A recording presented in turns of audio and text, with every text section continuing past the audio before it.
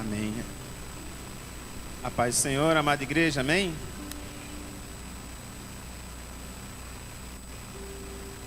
Antes da gente trazer a ministração da palavra, só avisar a irmã Mary que o momento vai ficar após a palavra, tá, irmã? Pediu para ficar. Louvado seja o nome do Senhor. Existe uma unção de Deus, uma presença poderosa de Deus aqui nesse lugar.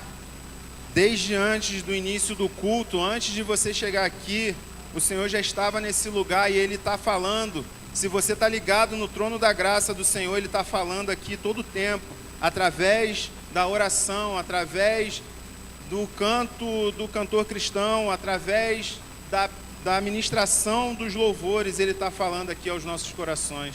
E a mensagem do Senhor é uma só para você e para mim nessa noite. Fique firme. Ele está te fortalecendo nessa noite, em nome de Jesus, amém? Louvado seja o nome do Senhor. Eu quero, desde já, convidar os irmãos a abrirem as vossas Bíblias no livro de Daniel, livro do profeta Daniel, capítulo 3. Nós vamos ler a partir do versículo 14. Daniel 3, 14.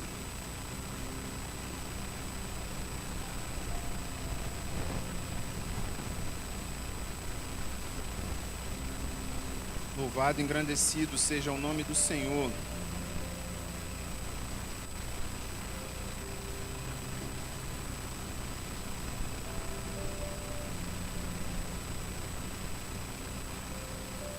Amém? Diz assim a palavra do Senhor. Falou Nabucodonosor e lhes disse: é verdade, ó Sadraque, Mesaque e Abidnego, que vós não servis a meus deuses, nem adorai a imagem de ouro que levantei? Agora, pois, estáis dispostos, e quando ouvirdes o som da trombeta, do pífaro, da cítara, da harpa, do saltério, da gaita de foles, prostrai-vos e adorai a imagem que fiz. Porém, se não adorardes, serei no mesmo instante lançados na fornalha de fogo ardente. E quem é o Deus que vos poderá livrar das minhas mãos? Esse Nabucodonosor não sabia o que estava falando, não, era doido. Responderam Sadraque, Mesaque e Abidnego ao rei: ó Nabucodonosor, quanto a isso, não necessitamos de te responder. Se o nosso Deus, a quem servirmos, quer livrar-nos, Ele nos livrará da fornalha de fogo ardente das tuas mãos, ó rei. Se não, fica sabendo, ó rei, que não serviremos a teus deuses, nem adoraremos a imagem de ouro que levantastes. Aleluia. Então Nabucodonosor se encheu de fúria e transtornado o aspecto do seu rosto contra Sadraque, Mesaque e Abidnego, ordenou que se acendesse a fornalha 7 vezes mais do que se costumava. Ordenou aos homens mais poderosos que estavam no seu exército que atassem Sadraque, Mesaque e Abidnego e os lançassem na fornalha de fogo ardente. Então estes homens foram atados com seus mantos, suas túnicas e chapéus, e suas outras roupas, e foram lançados na fornalha sobremaneira acesa. Porque a palavra do rei era urgente, a fornalha estava sobremaneira acesa. As chamas do fogo mataram os homens que lançaram de cima para dentro a Sadraque, Mesaque e Abidnego. Estes 3 homens, Sadraque, Mesaque e Abidnego, caíram atados dentro da fornalha sobremaneira acesa. Versículo 24. Então o rei Nabucodonosor se espantou e se levantou depressa e disse aos seus conselheiros: não lançamos nós 3 homens atados dentro do fogo? Responderam ao rei: é verdade, ó rei. Tornou ele e disse: eu, porém, vejo 4 homens soltos que andam passeando dentro do fogo, sem nenhum dano, e o aspecto do quarto é semelhante a um filho dos deuses. Então se chegou Nabucodonosor à porta da fornalha, sobremaneira acesa, e falou e disse: Sadraque, Mesaque e Abidnego, servos do Deus Altíssimo, saí e vinde. Então Sadraque, Mesaque e Abidnego saíram do meio do fogo. Ajuntaram-se os sátrapas, os prefeitos, os governadores e conselheiros do rei, e viram que o fogo não teve poder algum sobre os corpos desses homens, nem foram chamuscados os cabelos da sua cabeça, nem os seus mantos se mudaram, nem cheiro de fogo passara sobre eles. Falou Nabucodonosor e disse: Bendito seja o Deus de Sadraque, Mesaque e Abidnego, que enviou o seu anjo e livrou os seus servos, que confiaram nele, pois não quiseram cumprir a palavra do rei, preferindo entregar o seu corpo, a servirem e a adorarem a qualquer outro Deus, senão ao seu Deus. Portanto, faça um decreto pelo qual todo povo, nação e língua que disser blasfêmia contra o Deus de Sadraque, Mesaque e Abidnego seja despedaçado, e as suas casas sejam feitas em monturo, porque não há outro Deus que possa livrar como este. Então o rei fez prosperar a Sadraque, Mesaque e Abidnego na província da Babilônia. Amém? Feche seus olhos mais um instante, vamos orar. Pai, em nome de Jesus, aqui está a tua palavra. E eu peço, Senhor Deus, que o Senhor venha, Senhor Deus, executar tudo aquilo que o Senhor quer fazer aqui no nosso meio. O Senhor tem liberdade, Espírito Santo de Deus, faz conforme a tua vontade. Quebra as barreiras, Senhor Deus. Ó Pai, ministra os corações, liberta nessa noite, cura, traz avivamento à tua igreja, Senhor Deus, salva, batiza no teu Espírito, faz como tu queres, Senhor Deus. Ó Pai, nós estamos esperando, Senhor Deus, ouvir a tua voz nessa noite. Fortalece a minha, meus irmãos, em nome de Jesus. Amém. Podeis assentar em nome de Jesus. A graça na fornalha é o título, o tema que eu dei para essa ministração nessa noite. O contexto aqui do texto que nós lemos, a maioria ou muitos dos irmãos já conhecem a história. A Babilônia, um reino inimigo a Israel, até então não tinha tanta influência em Israel. Porém, eles invadem, cercam Israel, e o rei Nabucodonosor, ele leva cativo de Jerusalém muitos moradores daquela cidade, muitos judeus, ele leva para a Babilônia. Ricos, pobres, classe média, enfim, leva todos. Porém, entre aqueles ali havia 4 jovens, e os nomes deles eram Daniel, Ananias, Misael e Azarias. Daniel, todos nós conhecemos muito bem. Os outros 3, por esses nomes, talvez algumas pessoas não conheçam, mas nós falamos bastante deles aqui. Sadraque, Mesaque e Abidnego. Eram 4 jovens, 4 amigos, provavelmente de famílias nobres, família real do povo de Israel, porque quando eles chegam à Babilônia, o rei manda separar esses 4 jovens e outros jovens que fossem de família nobre, tivessem linhagem real, para que eles fossem treinados na cultura, na sabedoria, na ciência, na língua, no idioma dos caldeus, da Babilônia. E entre eles está Daniel, Sadraque, Mesaque e Abidnego. Mas não era só isso.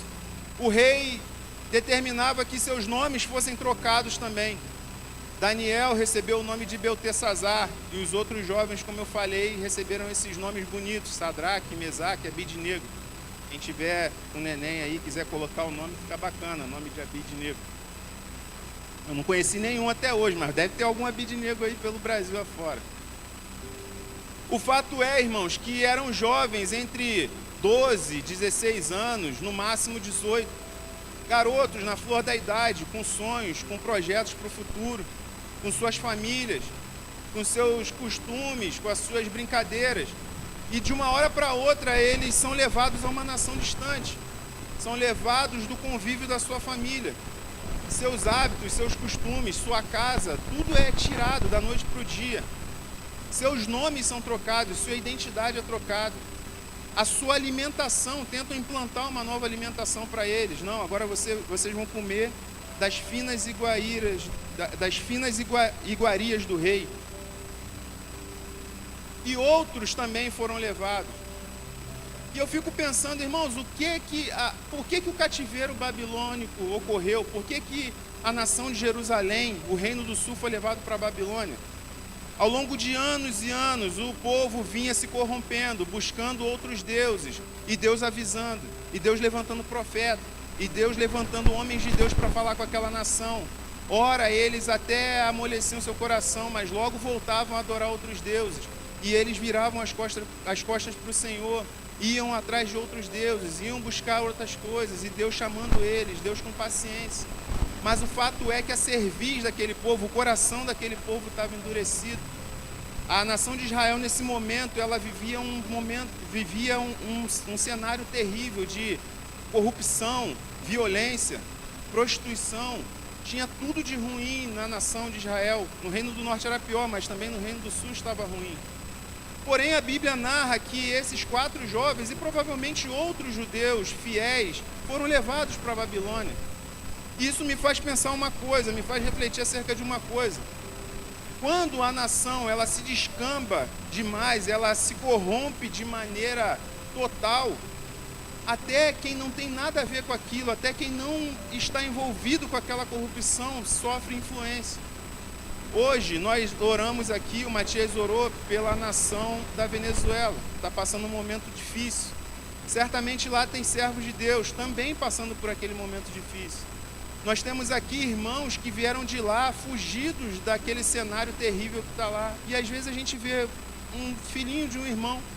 O que essa criança tem a ver com o pecado daquela nação, daqueles antepassados deles, que fizeram mais escolhas, que se corromperam? O que essas crianças que estão aqui no Brasil têm a ver com aquilo? Nem votar eles votam.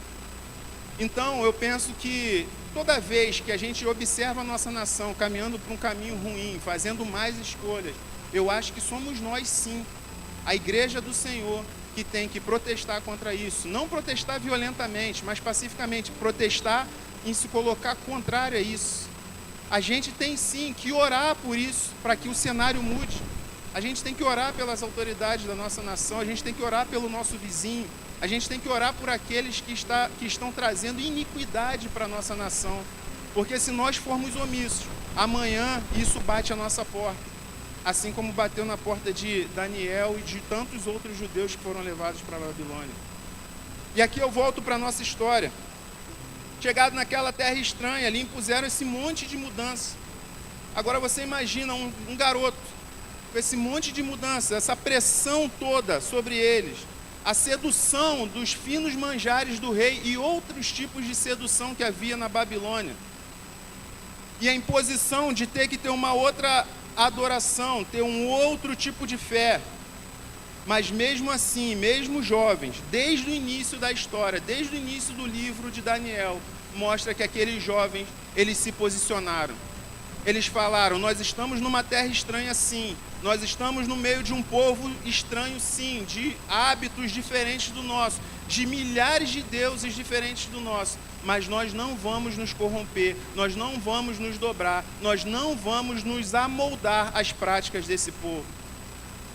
A palavra do Senhor diz que Daniel, ele lá no início, ele se reúne com seus amigos e ele fala assim: olha, não vamos comer do alimento do rei, vamos ter uma dieta diferente, mesmo correndo risco até de morte. E eles foram honrados com aquilo. Mas o fato é que chega no momento que Sadraque, Mesaque e Abidnego, eles tomam ciência de que é colocada uma estátua e o rei exige que todo o povo adore aquela estátua. Ao sinal de instrumentos musicais, todo mundo deveria se curvar perante aquela estátua. Mas Sadraque, Mesaque e Abidnego, eles tinham o Deus de Israel no seu coração. Aquela cultura não arrancou a adoração, não arrancou os ensinamentos que eles receberam na sua casa dos seus pais, não arrancou a experiência que eles haviam tido com o Deus de Israel. Eles falaram: eu não posso adorar outro Deus, não é porque eu estou na Babilônia, não é porque há pressão social, não é porque o rei mandou que eu vou me dobrar a outro Deus. Eu sirvo, eu creio no Deus de Israel, o Deus criador dos céus e da terra. Mas e agora, irmãos? E agora? Como é que faz? Como é que você não vai se dobrar diante daquele rei que destruía nações, invadiu inclusive a nação de Sadraque, Mesaque e Abidnego? Como não obedecer um edito do rei, uma ordem do rei? Como não obedecer uma lei daquele rei? Se a fé deles não fosse bem sedimentada, certamente eles teriam cedido. Porque a gente vê nos nossos dias, tem muita gente que não se dobra, mas dá aquela agachadinha, sabe? Acho que só uma agachadinha não vai fazer mal. Isso não tem nada a ver. Eles poderiam falar: Sadraque, Mesaque, o Abidnego falando com eles, né? Cara, vamos lá, vamos disfarçar, a gente dá só uma dobradinha ali para o rei, depois Deus vai nos perdoar. vai ter nada de mal, e o rei fica lá feliz, a gente volta para nossa casa e vida que segue. Mas eles sabiam que aquilo que eles fizessem na vida ali, diante de todas as pessoas, o céu ia ficar sabendo e o inferno também ia ficar sabendo. Tudo que a gente faz, irmãos, fica registrado nesses dois lugares além daqui da terra. Não é só o que a gente faz diante dos homens, mas o céu te conhece, o inferno também te conhece. Mas e nós? Qual tem sido a nossa Babilônia? O que nós temos tido que enfrentar? Será que é o nosso ambiente de trabalho? As pressões do nosso trabalho para fazer aquilo que desagrada ao Senhor? Será que a Babilônia tem sido a nossa faculdade, o lugar onde a gente estuda, a escola? As pressões dos professores, dos colegas que estudam com a gente? Mas você, vamos ali. Ah, não vou não, não quero. Mas por que você não quer? Porque você é crente? Ah, você é quadrado, crente é bobo, crente é quadrado. Qual tem sido a nossa Babilônia? Talvez seja a nossa parentela, aquela festa da família, da parentela, no final de semana, onde todo mundo está bebendo, todo mundo está rindo, escutando música alta, e só você vai lá, talvez, para fazer uma social, aí você não bebe, toma o seu refrigerante, e aí todo mundo ri. Ah, esse daí depois que virou crente, ó, só bebe Coca-Cola, isso é bobo, agora não bebe mais. Antes ele era legal, olha como ele era divertido, agora é chato, fica ali, quer falar desse Jesus, quer falar de Bíblia. Talvez a sua Babilônia seja dentro da sua própria casa. Talvez você seja o único crente lá, o único servo de Deus, e o seu testemunho incomoda aqueles que estão convivendo contigo. O fato é que desafios são impostos a nós todos os dias, para nós mantermos a nossa fé firme. Ou talvez aqui eu esteja falando para alguém que fala assim, não, nada a ver, eu não enfrento nada disso não, eu vivo bem, eu sou cristão, ninguém me incomoda, não tem negócio, não tem dificuldade para manter a minha fé. Talvez você ainda não tenha enfrentado realmente o sistema babilônico, talvez a Babilônia ainda não quis impor a realidade dela para você, porque talvez você não esteja incomodando tanto assim a Babilônia. Mas o fato é que Sadraque, Mesaque e Abidnego foram confrontados pelo sistema babilônico e houve consequências para isso.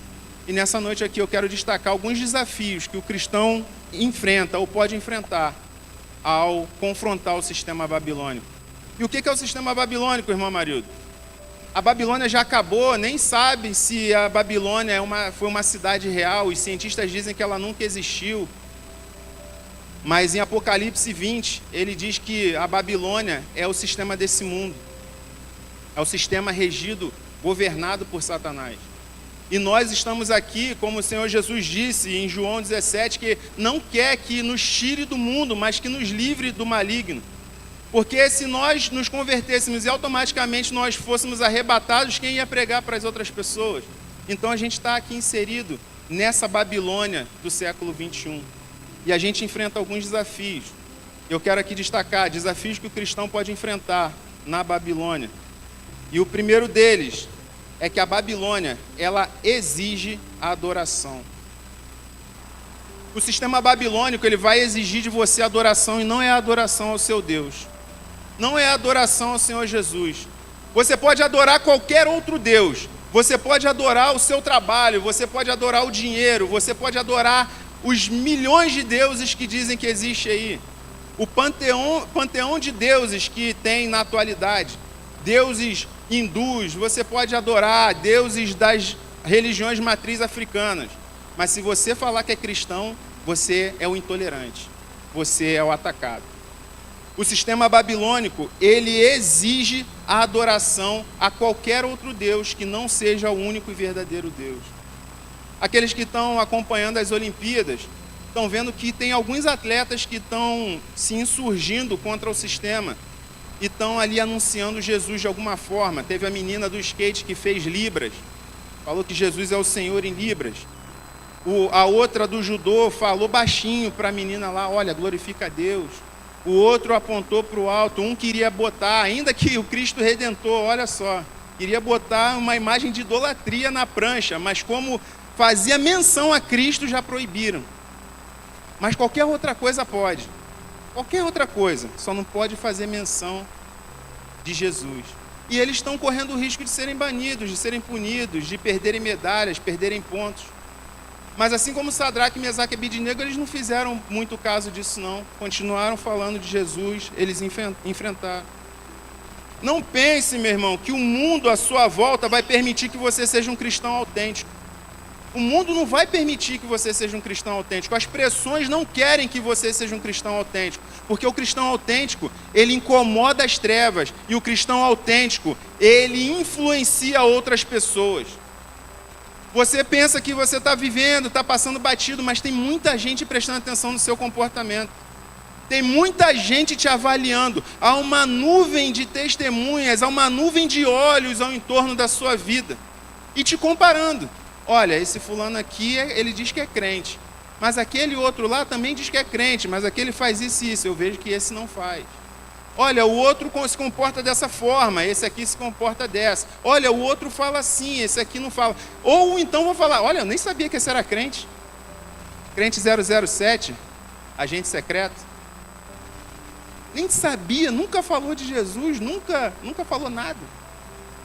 Ou pior, o comportamento dele nem é de crente. Eu acho que ele fica disfarçado para não sofrer perseguição. Por isso que ele é assim, ele fala palavrão e tudo.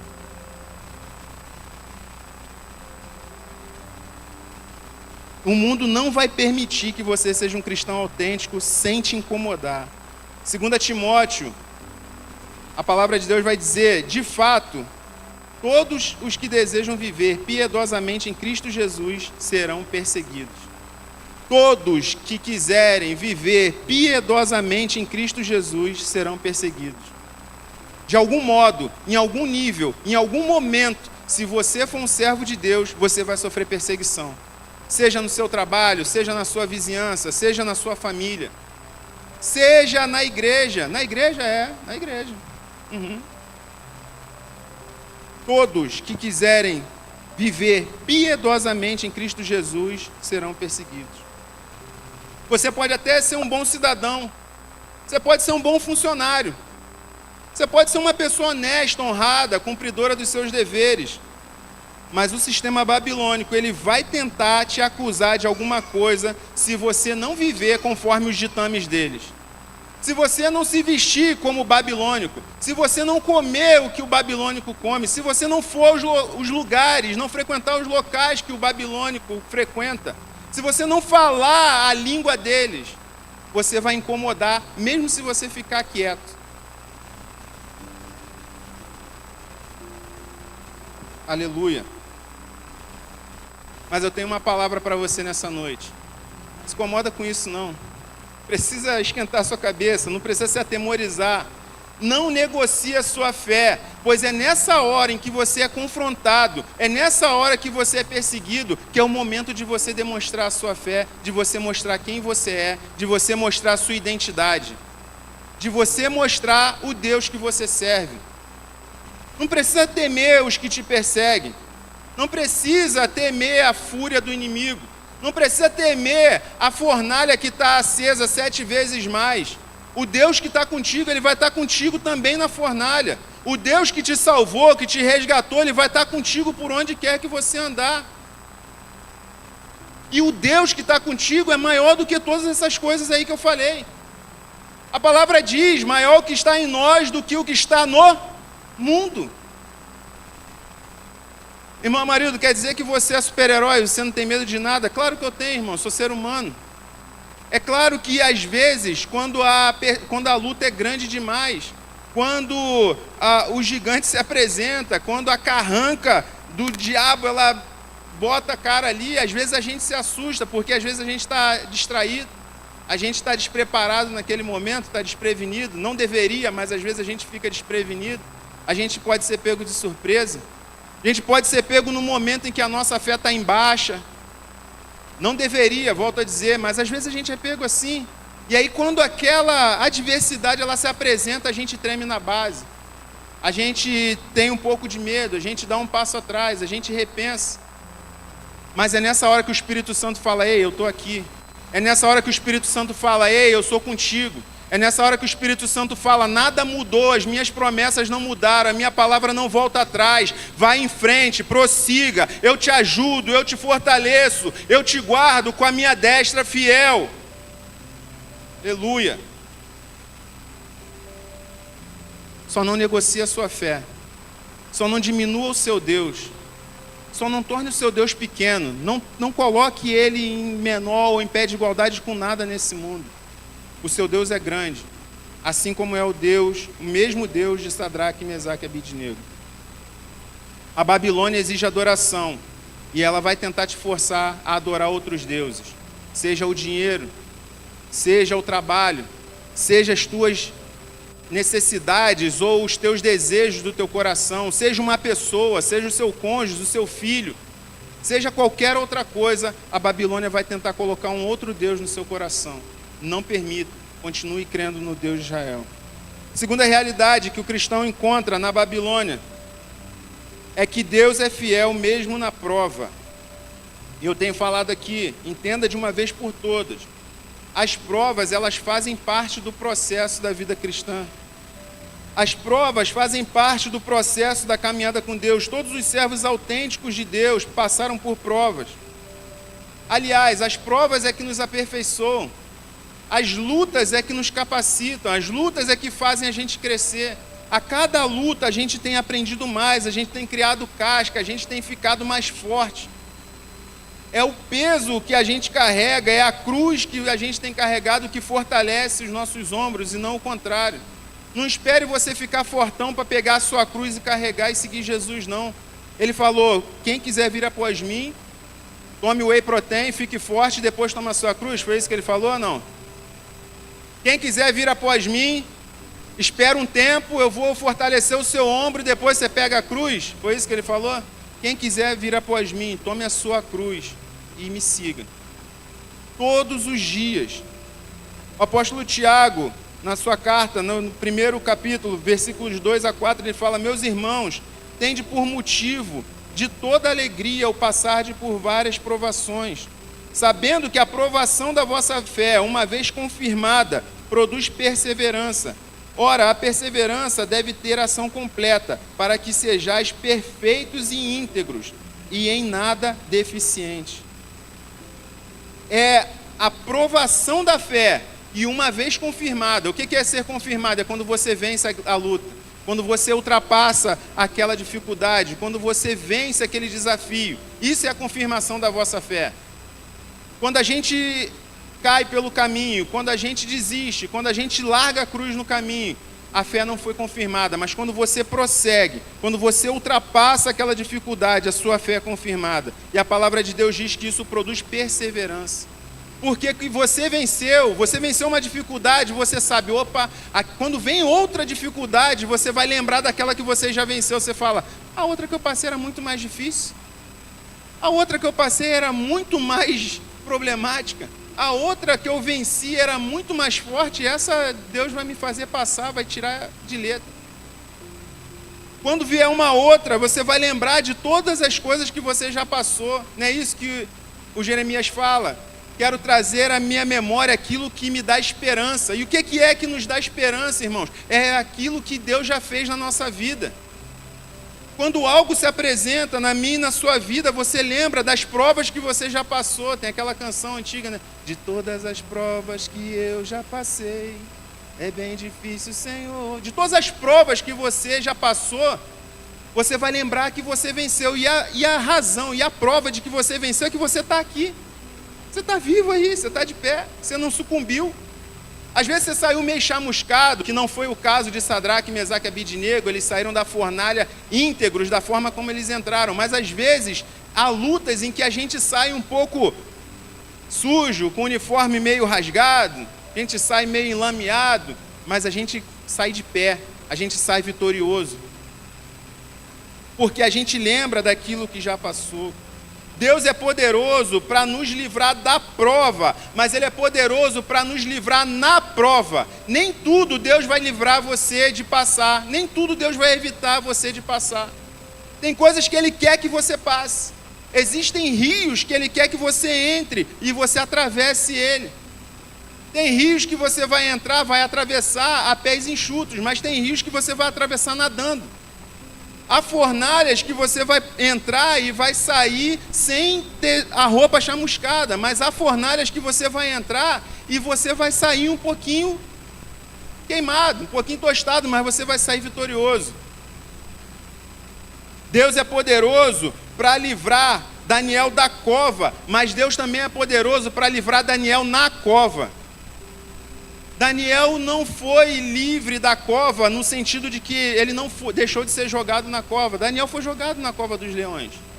Lá dentro eu não sei como é que foi, irmã Roseli, se ele olhou os leões e aqueles bichos estavam ali já querendo devorar ele, ou se eles estavam mansinho como um gatinho de casa, eu não sei como é que eles estavam. Mas o fato é que nenhum tocou em Daniel, mas ele entrou naquela cova.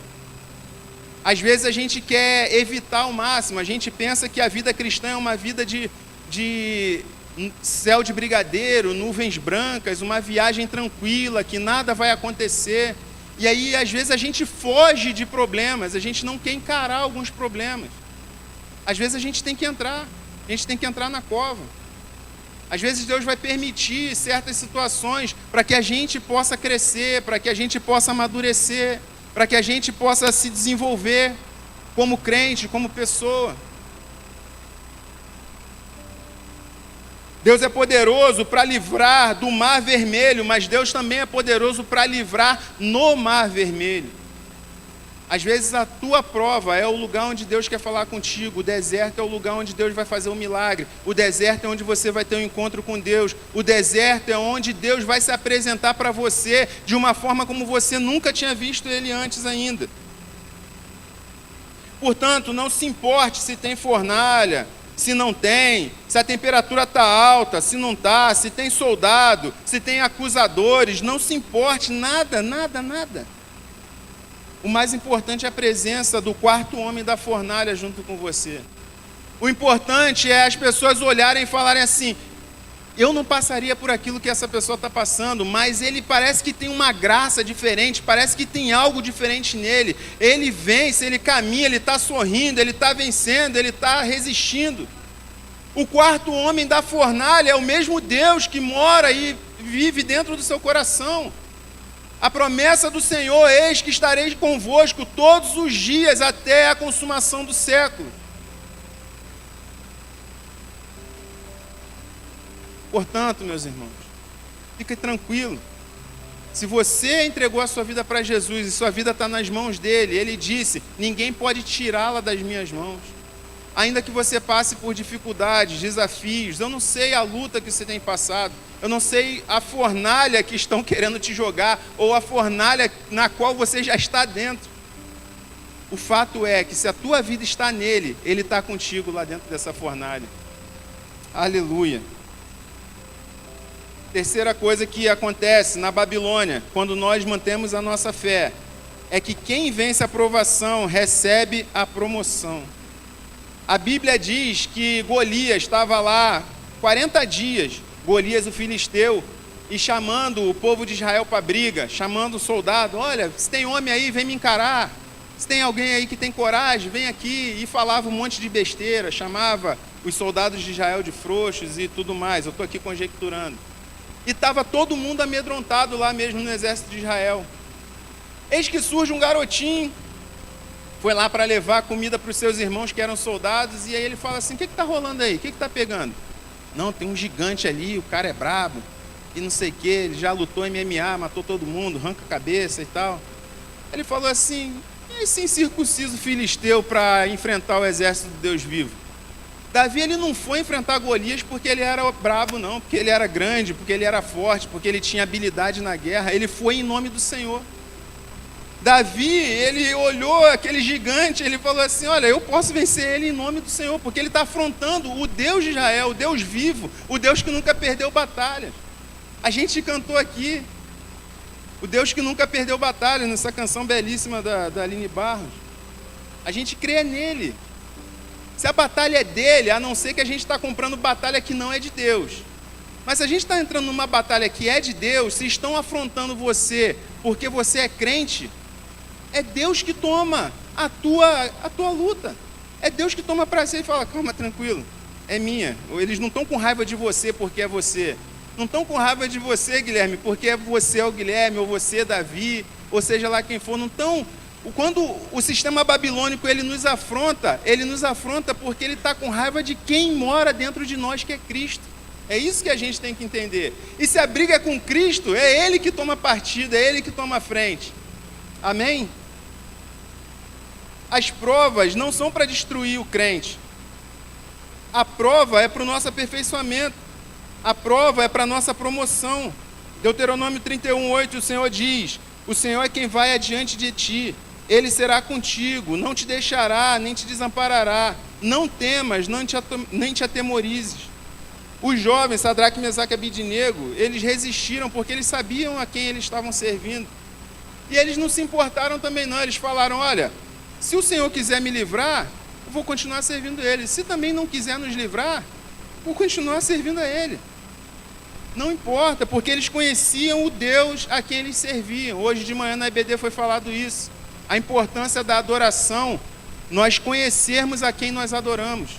Quando a gente conhece o Deus que a gente adora, a gente começa a adorar Ele em espírito e em verdade. A gente começa a entender quem é esse Deus maravilhoso. E o fato é que quando a gente vence a provação, ao final a gente recebe promoção. Davi, ele venceu aquela luta com Golias, e aí ele falou assim: o que estão dando aí para quem ganhar o gigante? O que vão dar? Vão dar a mão da filha do rei, vão dar um monte de presente, a família não vai ser taxada, quer dizer, a família não vai mais pagar imposto para o resto da vida. Aí ele falou: beleza, vou entrar nessa guerra aí. E ele foi lá e venceu o gigante. Ao final ele recebeu tudo aquilo, ou boa parte daquilo, porque o rei também era meio mentiroso. Mas o fato é que Sadraque, Mesaque e Abidnego, quando eles saíram da fornalha, eles receberam reconhecimento. Eles não, na verdade, o rei reconheceu o Deus a quem eles serviam. E de quebra, eles receberam promoções.